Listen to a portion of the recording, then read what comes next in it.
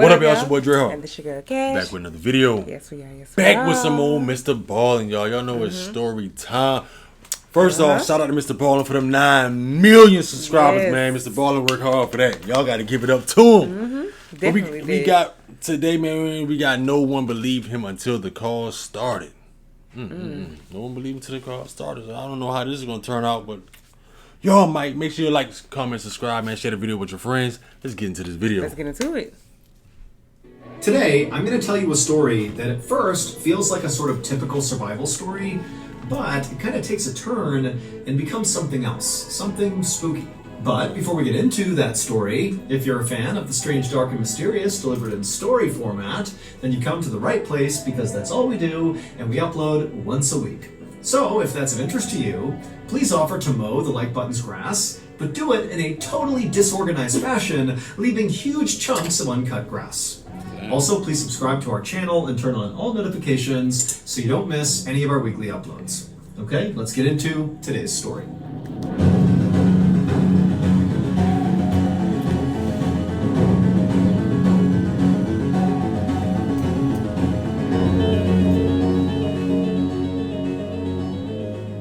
In the early morning hours before sunrise on April 12, 1990, a 31-year-old man named Nathan Neesmith pushed down on the gas throttle of the fishing boat that he was steering just off the coast of Georgia.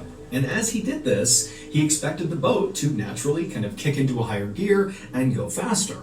But as he pushed that throttle down, nothing really happened, and the boat just kind of sputtered along, going about half the speed that he expected it to go. Confused, Nathan stepped away and began making his way out towards the deck, where his younger brother, Billy Joe, who was actually the captain of this fishing boat, was out there taking a nap. And Nathan figured, if there was any issue with the boat, Billy Joe was the guy to talk to. He would know how to fix it. Now, for context, the two brothers were on the first day of a 7-day fishing trip that actually Nathan was not supposed to be a part of. The crew was originally going to be Billy Joe, the captain, and the one who actually rented the boat, along with Billy Joe's nephew, and also 2 other commercial fishermen. But at the last second, those 2 other commercial fishermen had bowed out, and Nathan and a friend had volunteered to go to round out the crew. Now, Nathan and Billy Joe, they came from a fishing family, but it was really only Billy Joe who had pursued the family business. Now, Nathan was perfectly handy out on the water and did know how to fish and knew his way around a fishing boat, but compared to Billy Joe, there was a massive gap in experience.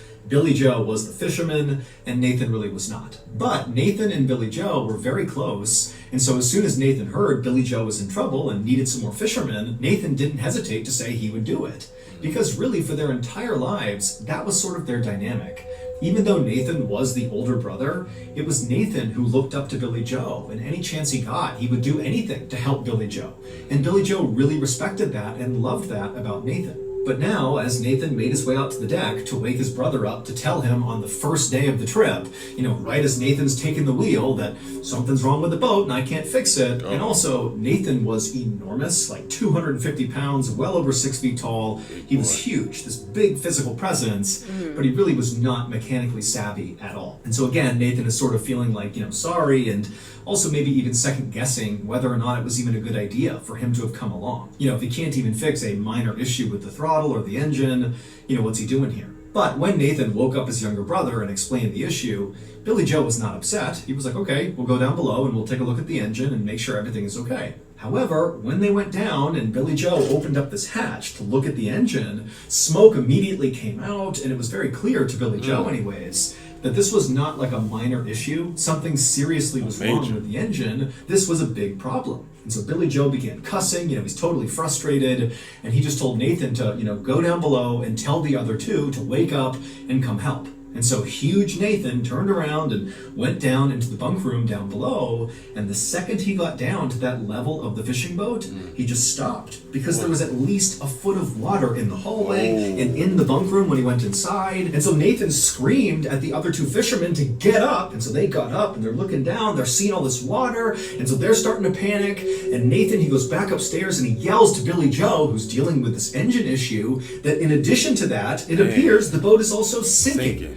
And so Billy Joe is like, get buckets, go down there and start bailing out the water. I'm going to call Mayday. And so Billy Joe runs back up to the steering wheel. He grabs the radio, and Nathan and the others can hear him yelling over and over again, Mayday, Mayday, Mayday. And as that was happening, Nathan and the other two fishermen put on their life vests, grabbed buckets, and went down below to begin manually bailing out the water. But the second they got down there, it was very obvious the water, wherever it was leaking into the ship, was coming in way faster than they could potentially bail out. But they kept doing it, getting the water out as fast as they could, trying to stay calm. They can hear Billy getting more and more frantic, yelling Mayday over and over again.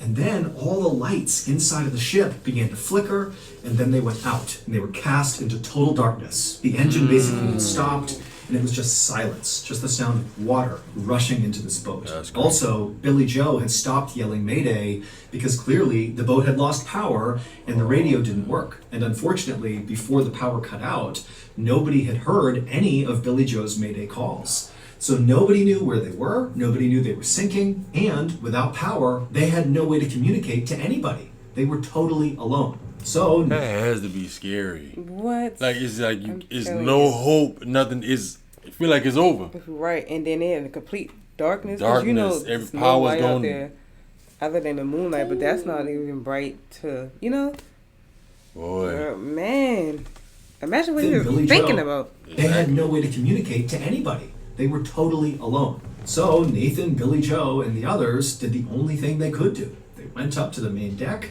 they grabbed their inflatable life raft, they blew it up, chucked it over the side, they grabbed as many supplies as they could, put it in the raft, they all made sure they had all their flotation on, and then they jumped into the life raft, abandoning the sinking fishing boat. Now, once all four men were safely inside of this life raft, they were not as panicked as you might think they would be, because they had put enough food and water in this raft to last them at least several days. They all again had their life vests on, so proper flotation, and even though nobody responded to those Mayday calls, it wasn't impossible to think that maybe somebody had heard the Mayday calls and they just had not called back. Maybe there was a rescue operation coming to their location right now. They didn't know, but it felt plausible that they could be rescued. They would just need to kind of ration out their supplies and stay optimistic. However, their optimism quickly faded when, after only being in this life raft for 30 minutes, right as the sun was starting to come up, Nathan began to hear a strange sound. It was coming from somewhere in the life raft. He couldn't quite place the sound, and so at first he kind of tried to ignore it, but then he noticed the life raft was becoming softer, and then he realized the sound he heard was a small hiss. The raft had a leak. And even though the four men were able to trace the sound of this leak to the actual puncture, they didn't have a patch kit or any meaningful way to patch up this hole. And so all they could do was just put their hands over this leak and do their best to seal it. But it didn't stop the air from coming out. It just delayed it. And so over the next hour, again, as the sun is just coming up on the second day of their big fishing trip, the raft finally completely deflated, and all four men were suddenly bobbing in the freezing cold ocean, surrounded by the wreckage of their sinking fishing boat. And so eventually, the men grabbed the biggest piece of wood from the wreckage that came floating by, and it was buoyant enough that it kind of served as like a makeshift raft, but it wasn't buoyant enough to hold all four of them at once, which meant, they had to take turns resting on this raft, and then they'd have to get back in the ocean and kind of wait their turn again. I mean, totally miserable. And as this was happening, they just stared at the hull of their sinking fishing boat that was still poking up out of the ocean, just drift farther and farther away from them because the current was pretty strong. And as they watched their ship just kind of disappear into the distance, and they're just kind of drifting out into the middle of the ocean, they were all just stunned into silence. They could not believe how this had happened, and so quickly.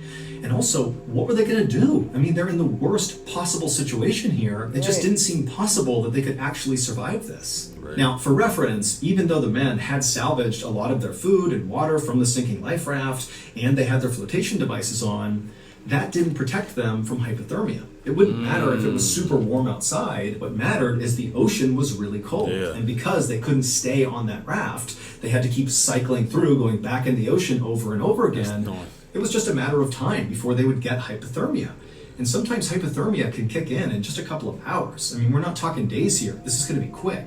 And all these guys knew that. And so as these men were forced to have these really morbid discussions around who's going to stay in the water and who's going to stay on the raft, Nathan made a drastic decision. Nathan, being by far the biggest physically out of the 4 men, he knew that if he wasn't there right now, the other 3 could easily fit on their makeshift raft and stay out of the water, delaying hypothermia, thereby increasing the odds that they got rescued.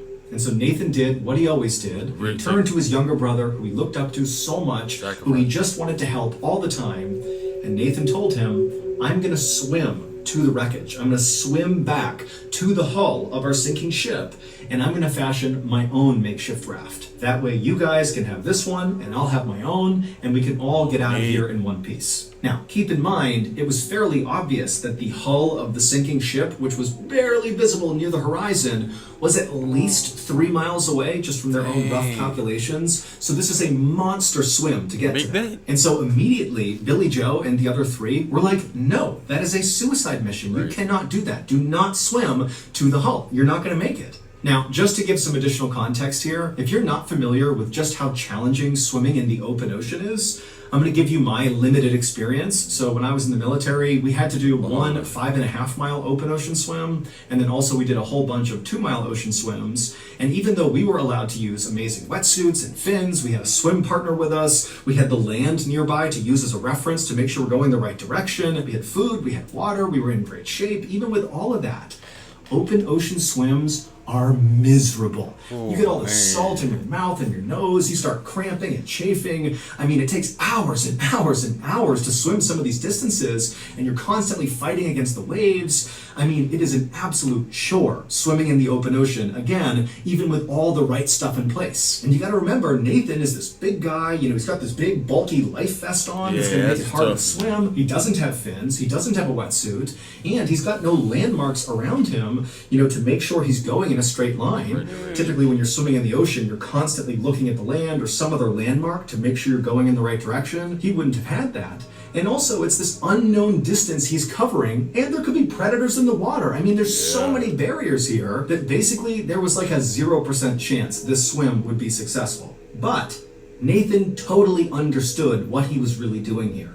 He didn't really know if he was actually going to make it to that boat. Frankly, that was not really the point. What he was really doing was choosing to sacrifice himself to potentially save his brother and the other 2. And so even though they were telling him, do not go, do not swim in that direction, you're not going to make it, Nathan just turned to his brother Billy Joe and said, I love you, and then he turned and began swimming. And by some miracle, 11 hours later, right as the sun was setting, Nathan was still alive and still swimming, and he did reach the sinking boat that still had its hull poking out of the water. Now, when Nathan got to the sinking ship, he was almost dead from dehydration, from hypothermia. I mean, he's miserable, but he's made it to his destination completely against all odds, and he climbed up onto this hull, and he found a spot on the hull of the ship that supported his weight, and he managed to tie himself using some rope or maybe his life vest to the hull, so he was anchored in place. And then he didn't get to sleep because the whole time he's thinking, this thing could sink under the water at any point and it will drag me with it because I'm tied to it, or he could just drift off of it if his rigging kind of came undone, if he was asleep. And so all night, beyond exhausted, he's just holding on to this hull, not really sure what's going to happen, but here he is, just waiting it out. And then finally, when the sun came up that next morning, as Nathan looked around him, he's in the middle of the ocean, he sees in the direction he had come from this pillar of smoke coming up over the horizon. And so Nathan, he rubs his eyes, he can't believe it. He's thinking, there's no way, there's already a ship out here. We're in the middle of nowhere. But sure enough, slowly but surely, this massive freighter ship came into view that was very far away. It's not near Nathan, but he can see it clear as day. And where the ship was basically circling was roughly where he believed his brother and the other 2 fishermen were still floating. And so he's thinking, oh my goodness, the freighter is going to save them, and then it's going to come save me. And so Nathan just clung onto the hull and watched as this freighter made these big, slow loops right around that same area.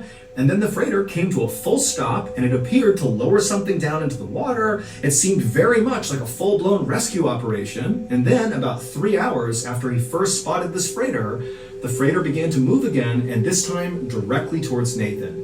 Nathan was so relieved he could practically cry. But instead what he did is he thought, they're going to be here in a minute. I'm finally just going to close my eyes and go to sleep. And so he put his head down on the hull, looked one more time at the freighter, and then closed his eyes.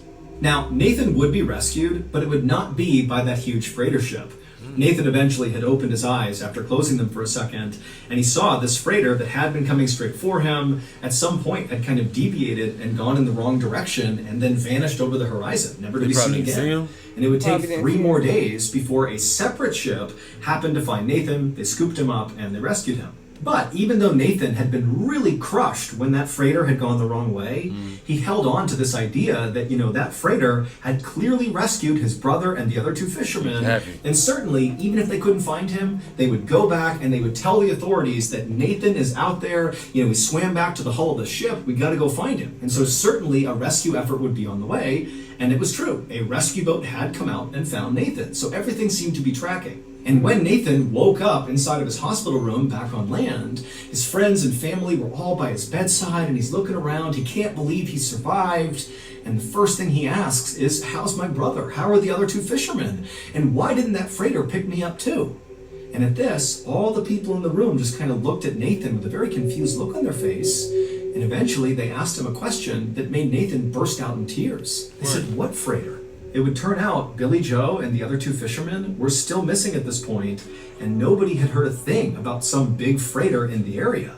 As far as anybody knew, at least in Nathan's family, that freighter ship did not exist. The search for Billy Joe and the remaining 2 crew members went on for weeks and weeks, and while the active search out in the ocean was going on, the Coast Guard and police were searching through every record they could possibly find of basically any ship that was even roughly in the area where Nathan and the others had been. But despite looking everywhere, there was basically no sign that any ship of any kind had been there beyond the rescue operation that eventually scooped up Nathan.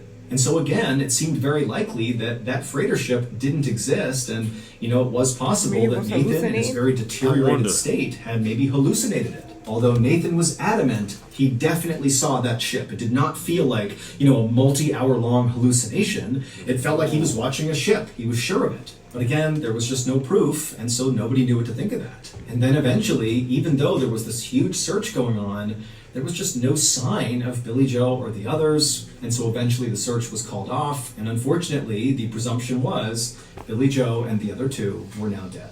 5 months later, on the afternoon of October 5th, 1990, the phone rang inside of Nathan's sister's home. Now, by this point, the victims' families had all tried to sort of restart their lives following this tragedy, but deep down, none of them could truly accept that Billy Joe and the other 2 fishermen were just gone. They just couldn't do it. It was too soon. It felt like, any moment they were going to get news that, they had been rescued by some freighter ship or something. And so anytime a phone rang in any of these families' homes, it's like they would rush to the phone with a sense of hope that this time it's going to be different. Their loved ones are going to be okay, only to obviously be crushed when that was not the case. But on this day, on October 5th, that phone call that came through in Nathan's sister's home, that one was different. When Nathan's mother picked up this phone call in Nathan's sister's home, she answered it and said hello, and right away she thought, oh, this has to be a wrong number, because the person who was calling was speaking in rapid Spanish, and she didn't understand what they were saying. But as she was about to hang up, the caller, intermittently throughout their rapid Spanish, began saying something in English that Nathan's mother could understand, and it totally shocked her. The caller kept saying Nathan's sister's name over and over again, followed by Nathan's sister's phone number, like on repeat. The name, the phone number in English over and over and over again.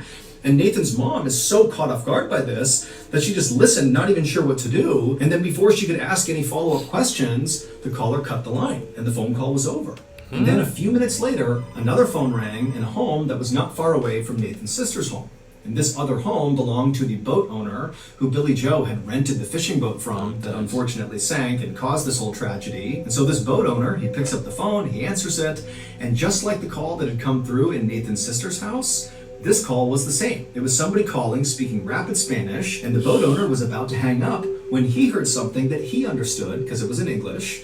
And what he heard was his own name followed by his phone number over and over and over again. Basically the same type of call that Nathan's mom had just heard. And then before the boat owner could ask any questions, the the line went dead. What's Now, going one on? phone call like this, you could chalk up to maybe a prank or a wrong number or just a really weird coincidence. But to have those two calls happen within minutes of each other and basically take on the exact same form, but different names and different phone numbers, it just seemed way too coincidental to not be somehow connected to the missing fisherman. Because the link between these two households where these calls came in was the doomed fishing trip. And these calls did not stop. Every few weeks after this first time these calls came through, the phone would ring in Nathan's sister's house or in the boat owner's house, and it would be the same thing all over again. Rapid Spanish, followed by either Nathan's sister's name and then her phone number, or the boat owner's name and his phone number. Just like that for weeks and weeks and weeks. And so as soon as this started happening, Nathan's family and the boat owner, they figured out they were both getting these weird calls, and they contacted authorities, which kind of restarted the search for Billy Joe and the missing fisherman, because now it seemed very plausible that maybe Nathan really had seen a freighter, and that freighter really had picked up Billy Joe and the others, and maybe they had been taken to another country, a Spanish-speaking country, and maybe people were trying to get in touch with the families now to get them back home.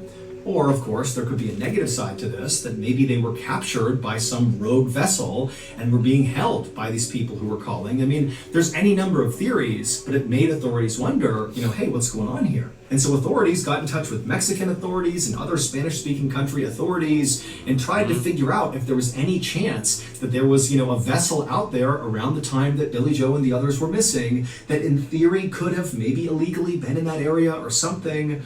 But despite this kind of exhaustive effort to kind of look again to see if maybe there was a freighter in that area, no evidence that there was. It made no sense, but the authorities said, look, we have no idea what these calls are about. We still do not think that freighter or any ship that even resembled a freighter was out there. We still believe that Billy Joe and the others are dead. But as for the victims' families, they just didn't buy that. They really believed that these strange phone calls were somehow connected to Billy Joe and the missing fisherman. Specifically, these calls must signal that Billy Joe and the others were still alive. They just had no evidence to support that. That is, until March 6th, 1991, so almost a year after the doomed fishing vessel sank and Billy Joe and the others went missing. On that day, the phone rang inside of Nathan's sister's home, and she answered it, and it was the voice who spoke in rapid Spanish, but this time they spoke in perfect English, and all they said was, "I'm bringing him home."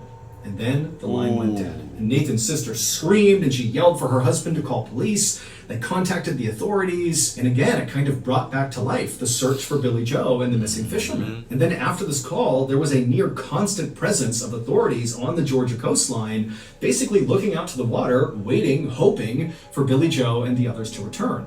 But unfortunately, they never did. And following that last phone call where the caller spoke in perfect English and said, "I'm bringing him home," after that, the call stopped. And so to this day, no one has ever been able to actually figure out what happened to Billy Joe and the other two fishermen. They are presumed dead at this point, but there's this one nagging question that surrounds the whole story, and that is, what did Nathan see? Was that actually a freighter picking up Billy Joe and the others? And if so, what did they do with them? Or was Nathan just hallucinating? It's entirely possible, but Nathan has always said he knows what he saw, and that was not a hallucination. As for the families of the victims, they still firmly believe that their loved ones are still out there, and someday they will come back home, and the families just hope they're alive long enough to be there for the reunion. Oh, that's strange. That make you think did somebody kidnap him or something? Right, and just like how he said he know what he saw. Because that people try to make it seem like you crazy when you actually know what you saw. I guess they probably said that because he was out there for so long, he probably started hallucinating. Could be.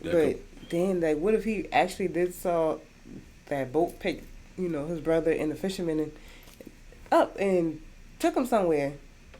And what if they did kidnap him? Or I don't know, that make you think, so much man. theories to that. But then what was that? They said that. But then it could be bring somebody him home. Right. There could be somebody prank calling them too. Could be playing some type of sick joke or whatever like that, and trying to play with these people's emotions. And so let me just call and prank call her, say, talk some type of Spanish. But you never know. But you never know now. I don't know. Man. I don't know. Hopefully, cancer. Hopefully he's still alive because probably been so long ago. Well, not much more information on that story. Right. If anybody else know any information on that story, let us know down below in the comments. Because I want to know. I want to know too. Dang. And this is someone calling and speaking of Spanish and then saying their name and then I got before kind they of even happy get to ask because I questions. thought Yeah, me too. he was coming. They They were was all coming back coming back home. home, Then yeah. nothing showed up. Wow. Once again, Yeah. y'all let us know your thoughts down below in the comments. How you feel about that story? Let us know man. y'all theories of like what happened. What you possibly think that was somebody just pranking them, or they kidnapped, or like just let us know what happened. Yeah, Cause I want to know We too. want It's to chime in with y'all to interesting. see. Dang. That was No One Believed Him Until the Call Started by MrBallen, one of the greats. Mm-hmm. Don't forget to throw a thumbs up on the video. Once again, drop them comments down below. Subscribe to the channel. Right. Share the video with your friends. We catch you on next video. Catch y'all next one.